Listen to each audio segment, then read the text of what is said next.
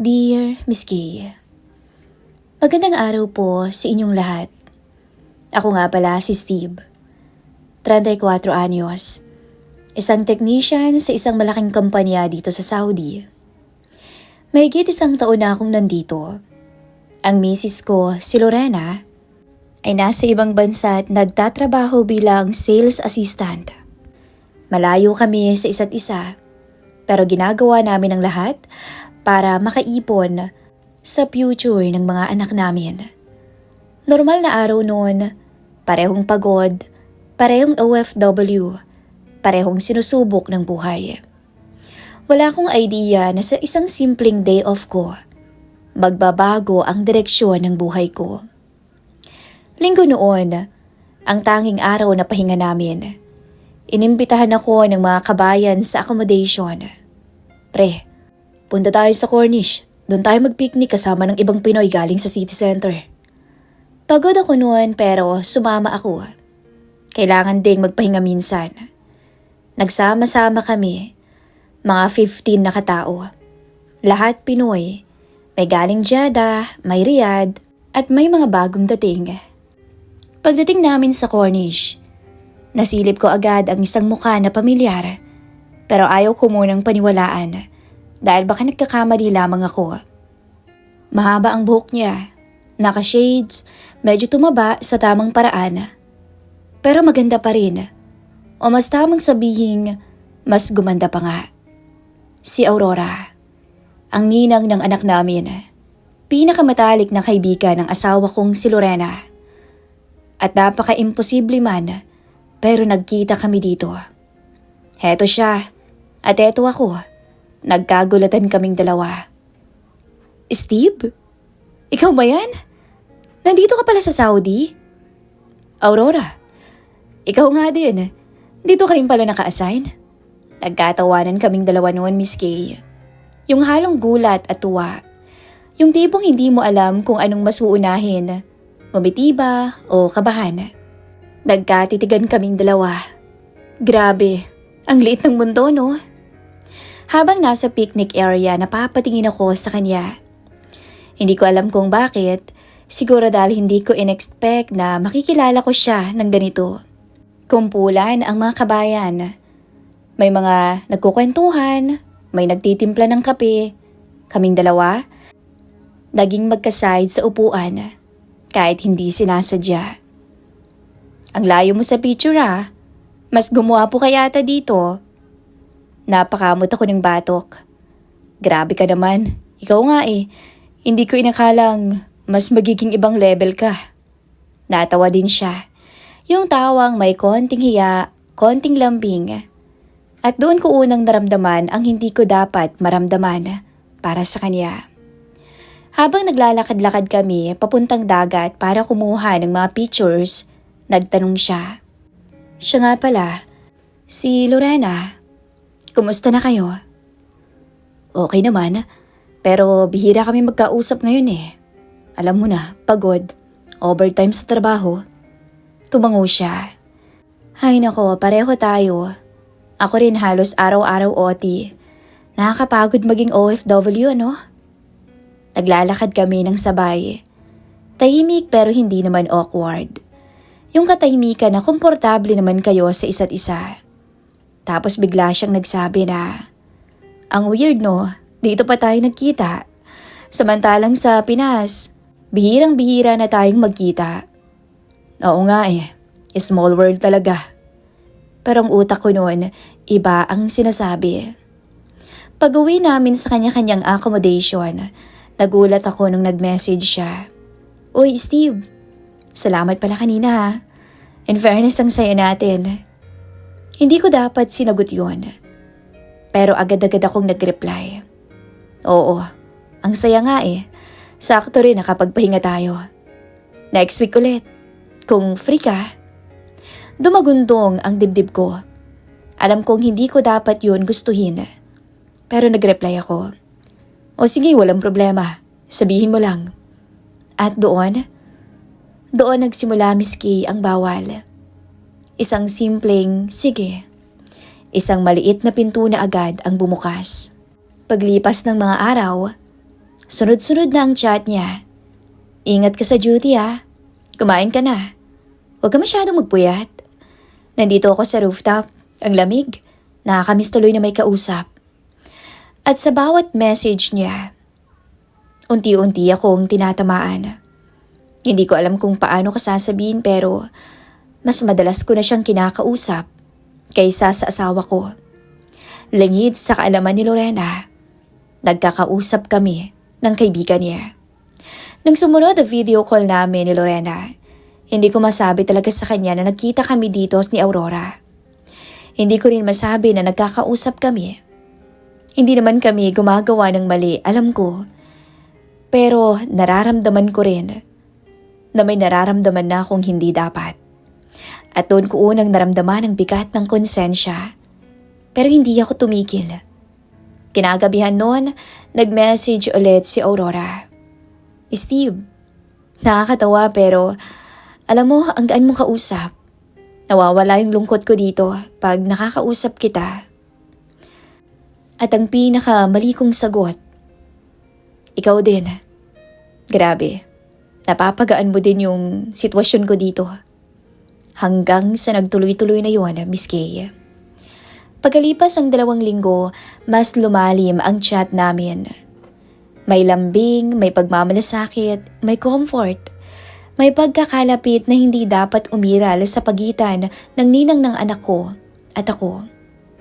At isang gabi, nag-message siya habang break ko. Steve, hindi ko alam kung bakit pero iba yung pakiramdam nung nagkita tayong dalawa. Hindi ako makahinga saglit. Nag-type ako, nagbura ako. Hanggang naisagot ko lang ay, ako din naman. At doon nagsimula ang affair naming dalawa. Hindi ko inaasahan na magkakaroon ako ng affair sa kaibigan ng misis ko. 2 linggo matapos ang hindi sinasadyang pagkikita, balik kami sa normal naming routine. Trabaho, kain, tulog, tawag sa asawa ko at sa mga anak ko, pati na rin ang chat kay Aurora. Pero hindi na iyon simpleng kumustahan. Iba na ang tono, iba na ang bigat, iba na ang tinitibok ng mga dibdib ko o ng dibdib ko tuwing nagbabibrate ang cellphone ko. At 1 linggo, pangatlong day off ko, nag-message siya ng maaga. Steve, day off mo din? Kung free ka, gala tayo ulit.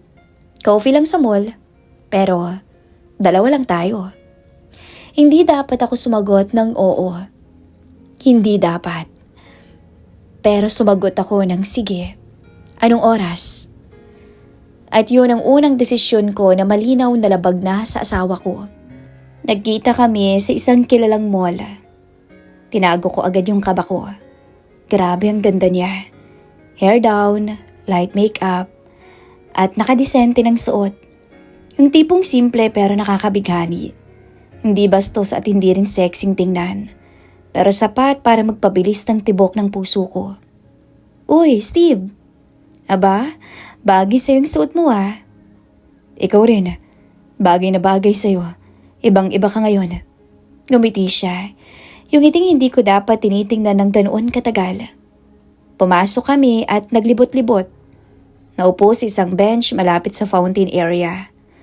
At doon nagsimula ang totoong pagkakalapit naming dalawa. Totoo ba, Steve? Bihira kayo ngayong mag-usap ni Lorena? Oo, parehas busy sa trabaho eh. Magkalayo pa. Masakit yan. Pero hindi ka naman nag-iisa.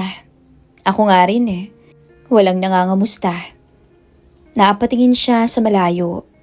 Parang may tinatago na hindi niya kayang sabihin ng diretso. May problema ka ba, Aurora?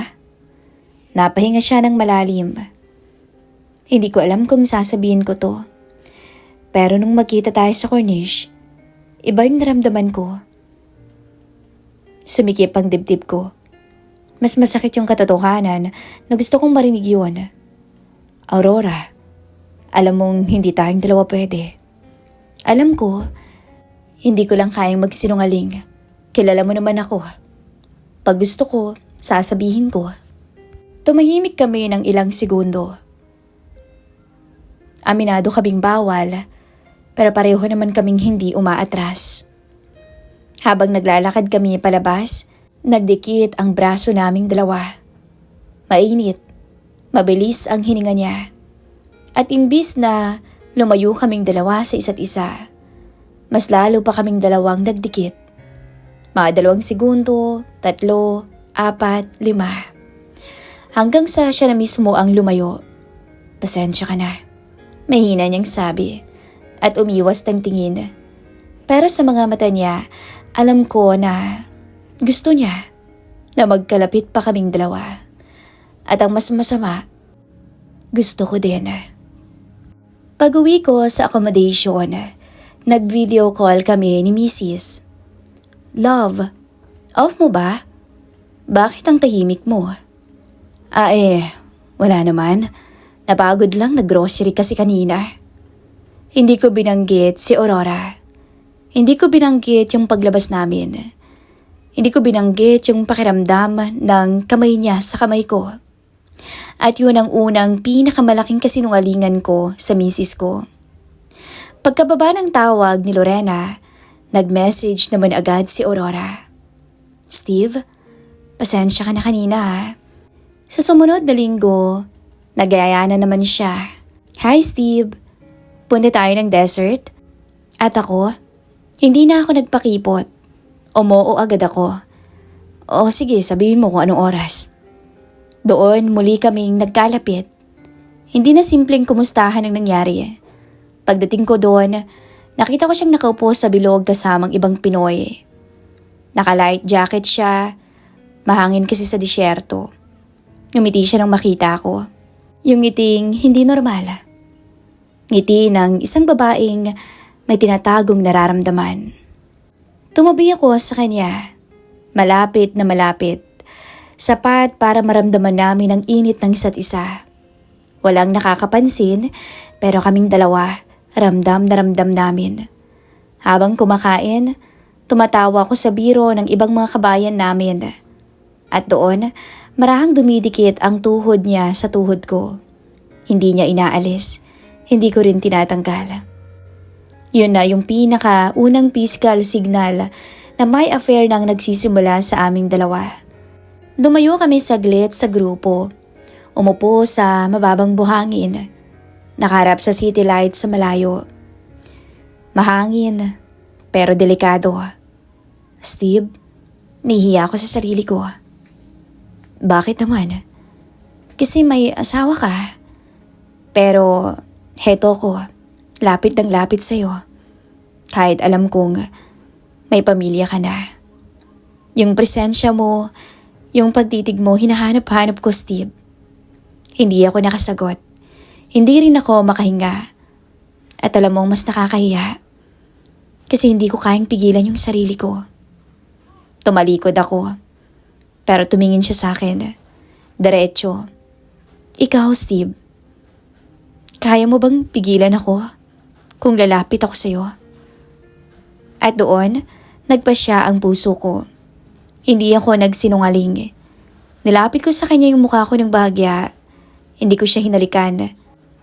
Pero sinabi ko sa kanya, diretso, malinaw na malinaw, ang salitang, Aurora, gawin mo kung anong gusto mo. Dahil ayaw kitang pigilan. At yun, ang linya na tahasang nagbukas ng pinto sa aming dalawa. Nung pag-uwi ko noon, nag-message siya kaagad. Hindi ko alam kung saan to patungo, pero gusto ko. Gusto kong malaman mo na hindi kita tinitingnan bilang asawa ng kaibigan ko. Kinakabahan ako, nasasaktan at the same time natutuwa. Sinagot ko siya, Aurora, hindi rin kita nakikita bilang kaibigan ni Lorena. Bilang ninang ng anak ko, nakikita kita bilang ibang babae. Pagkatapos miski ng desert hangout na halos magtapat kami ng aming nararamdaman, naging mas madalas pa ang chat naming dalawa. Hindi na simpleng concern o parang simpleng chat lang. Tuluyan na kaming nagkaroon ng relasyon. Hindi man pisikal pa na may nangyayari sa amin, pero emotionally, lampas-lampas na.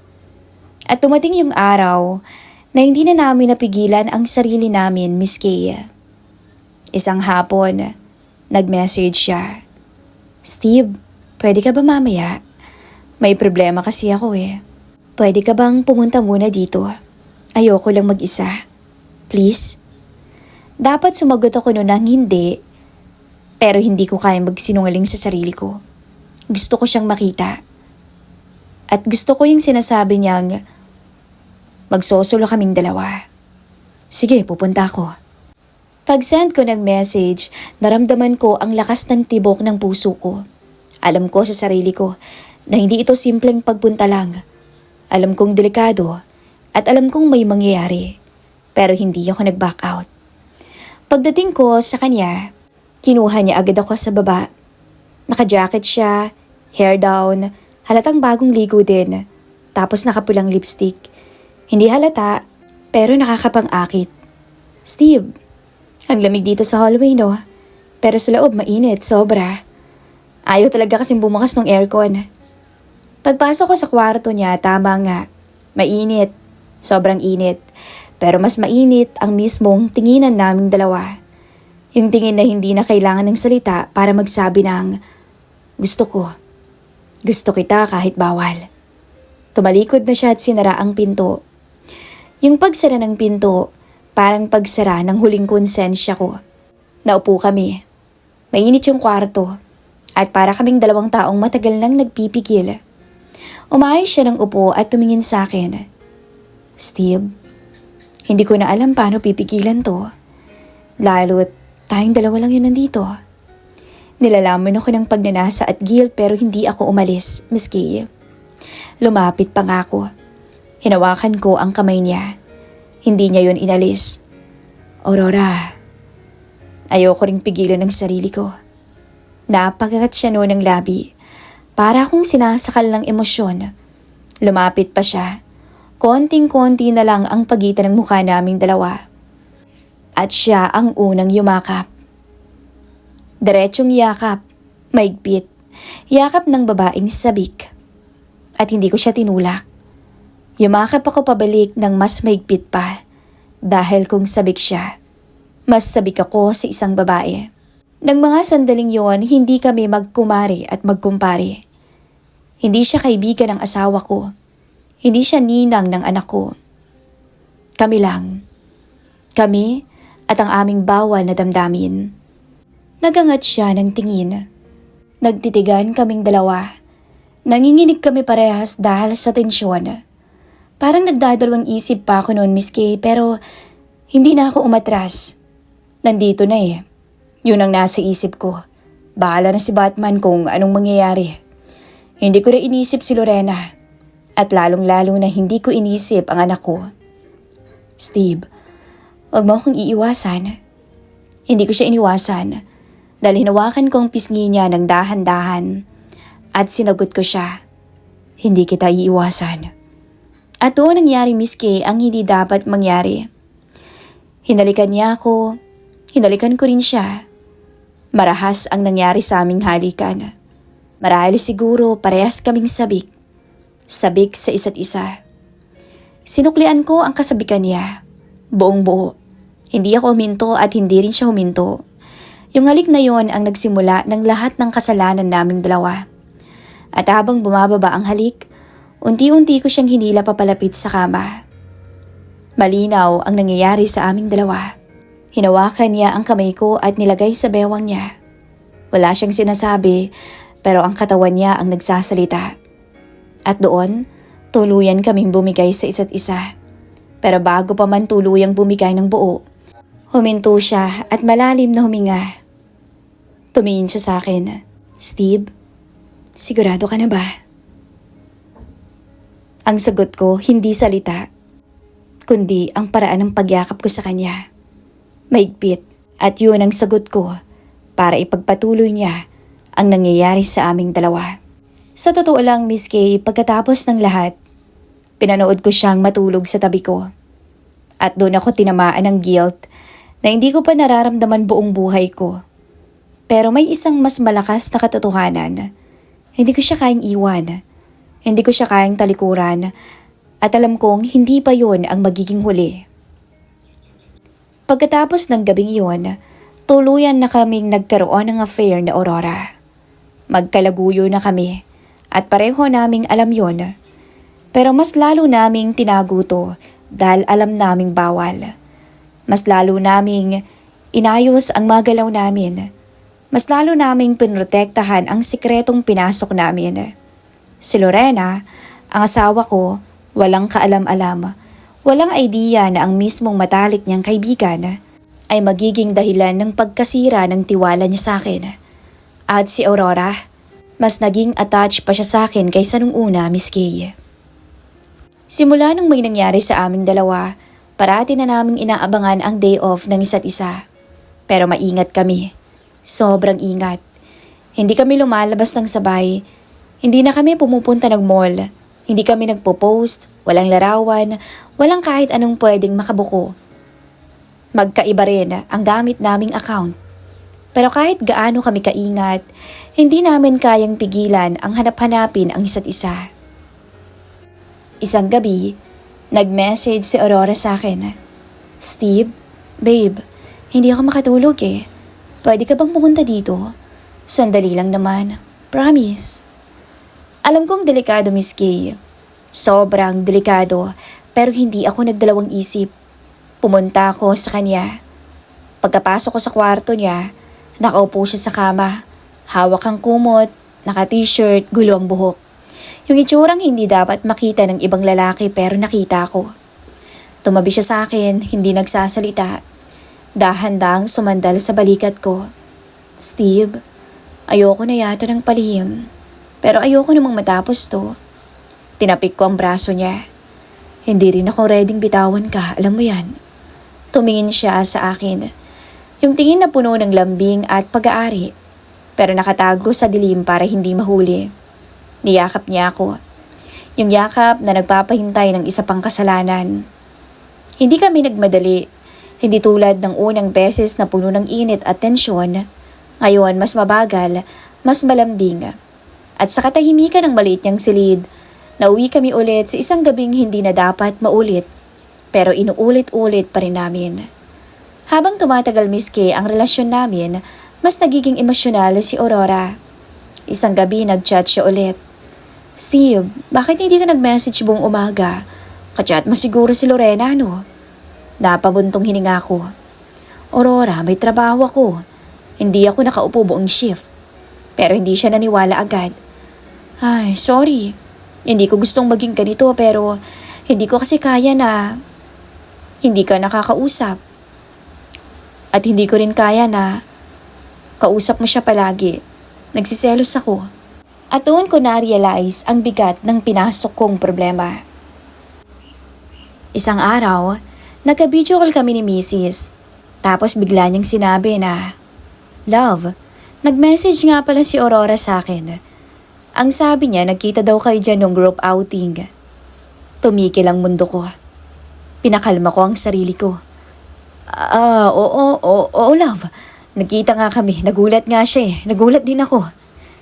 Hindi ko alam kung alin ang mas masakit, Miss Kay. Yung pagsisinungaling ko kay Lorena o yung ginagawa ni Aurora. Pagkatapos ng tawag, nag-message agad ako kay Aurora. "Sorry, Steve. Hindi ko naman sinabing nagkasama tayo ng matagal. Hindi ko sinabi na may relasyon tayong dalawa. Sinabi ko lang na nagkita tayo. Wala akong binanggit na delikado." Isinawalang bahala ko na lamang yun, Miss Kay. The next day, nagaya siya. Day off namin. "Steve, gala tayo. Punta tayo sa beach. Yung private spot na pinuntahan namin nung kasama ko dati. Tahimik doon. Wala masyadong nakakakita." Pumayag naman ako. "Anong oras ba tayo alis?" Pagdating namin doon, halos wala ngang tao. May ilan naman kaming nakikitang Pinoy pero hindi namin kilala. Naglakad-lakad kami. Mahangin, romantiko yung lugar. Hanggang huminto siya at humarap sa akin. "Steve, paano kung hindi ko na kayang bitawan ka? Paano kung gusto kitang agawin kay Lorena?" Hinawakan ko ang pisngi niya. "Hindi ko sinasabing tama yung mga iniisip mo. Pero hindi ko rin kaayang sabihing mali. Aurora, hindi rin naman kita kayang bitawan ngayon. Pagkatapos ng beach, mas naging malalim ang relasyon pa namin. Araw-araw kaming dalawa ang magka-chat. Lahat na ng problema ko sa trabaho, sa kanya ko sinasabi. Kung meron akong hindi kasundo sa trabaho, siya yung nagpapalakas ng loob ko. Kapag mainit ang ulo ko, siya yung nagpapagaan ng ulo ko. At ako, siya ang unang hinihintay kong mag-message kada pagising ko. Hindi na ang asawa ko.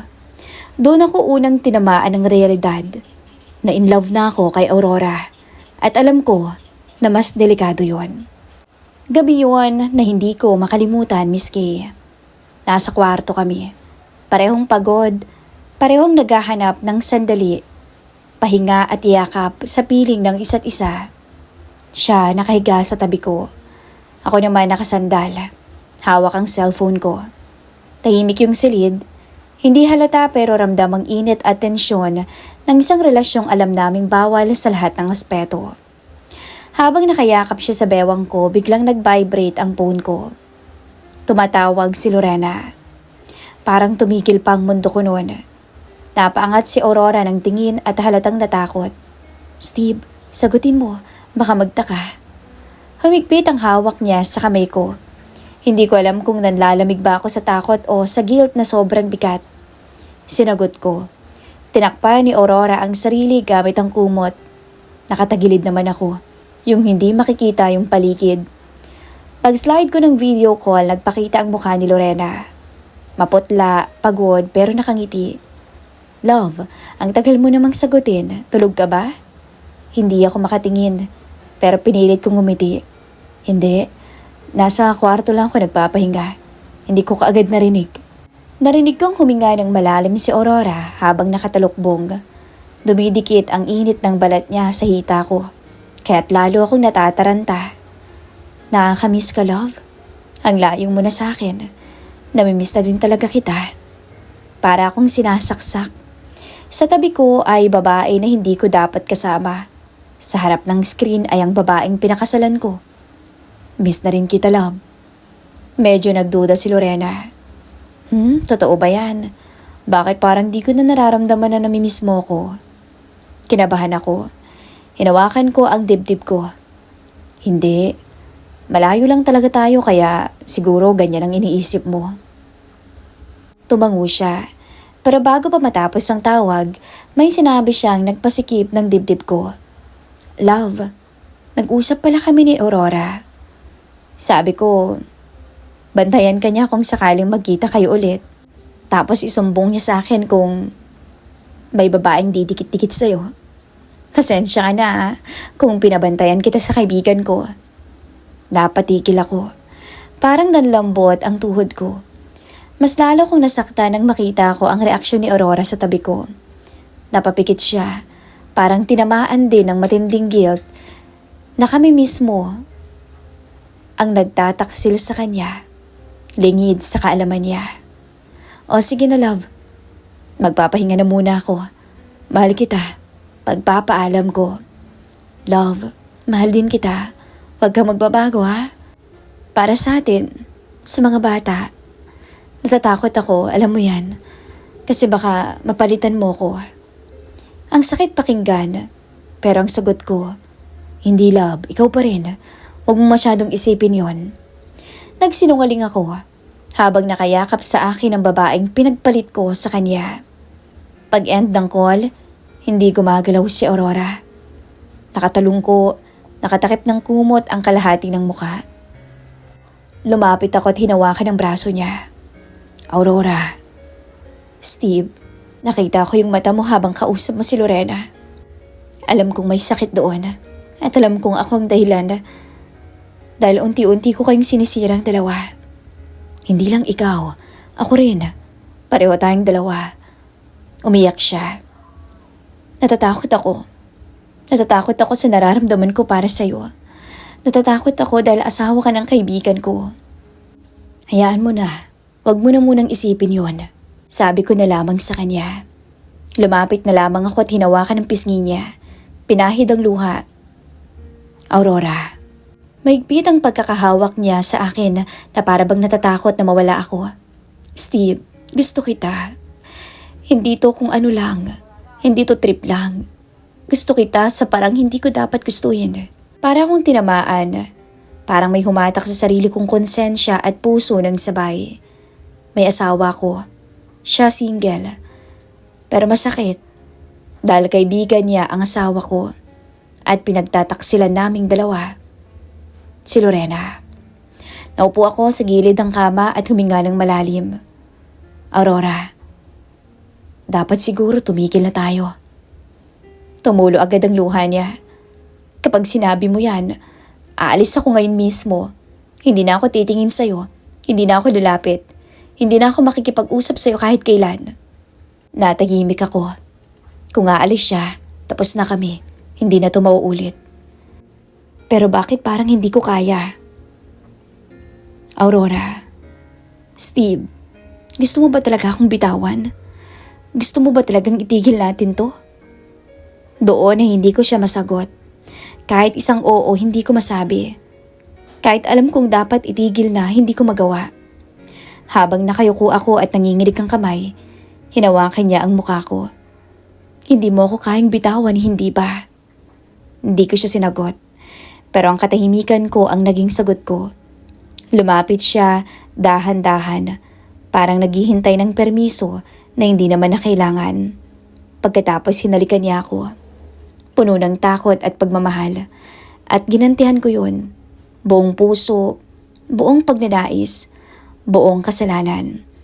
At doon namin napagtanto, kahit gaano namin gustong iwasan ang isa't isa. Kahit ilang beses kaming magdesisyon na tama na, bumabalik pa rin kami sa isa't isa. Pagkatapos ng gabing yon, mas naging tahimik kami. Mas maingat, mas may espasyo, pero hindi kami naghiwalay. Hindi namin kaya. Hindi rin namin tinapos. Nagkikita pa rin kami. Minsan linggo-linggo, minsan once a month. Minsan kapag hindi na talaga kayang tiisin ang lungkot at pagnanasa. At hanggang ngayon, hindi ko alam kung paano ko haharapin ang katotohanan. Hanggang ngayon hindi alam ni Lorena. Pero habang tumatagal, lumalaki ang guilt, lumalaki ang takot, at lumalaki ang tanong na hindi ko kayang sagutin. Paano kung isang araw, malaman ng asawa ko, malaman ni Lorena? Paano kung mabunyag ang lahat? Ititigil ko na ba o patuloy kong pipiliin si Aurora kahit bawal? Sana'y mabigyan niyo ho ako ng payo. Lubos na gumagalang, Steve.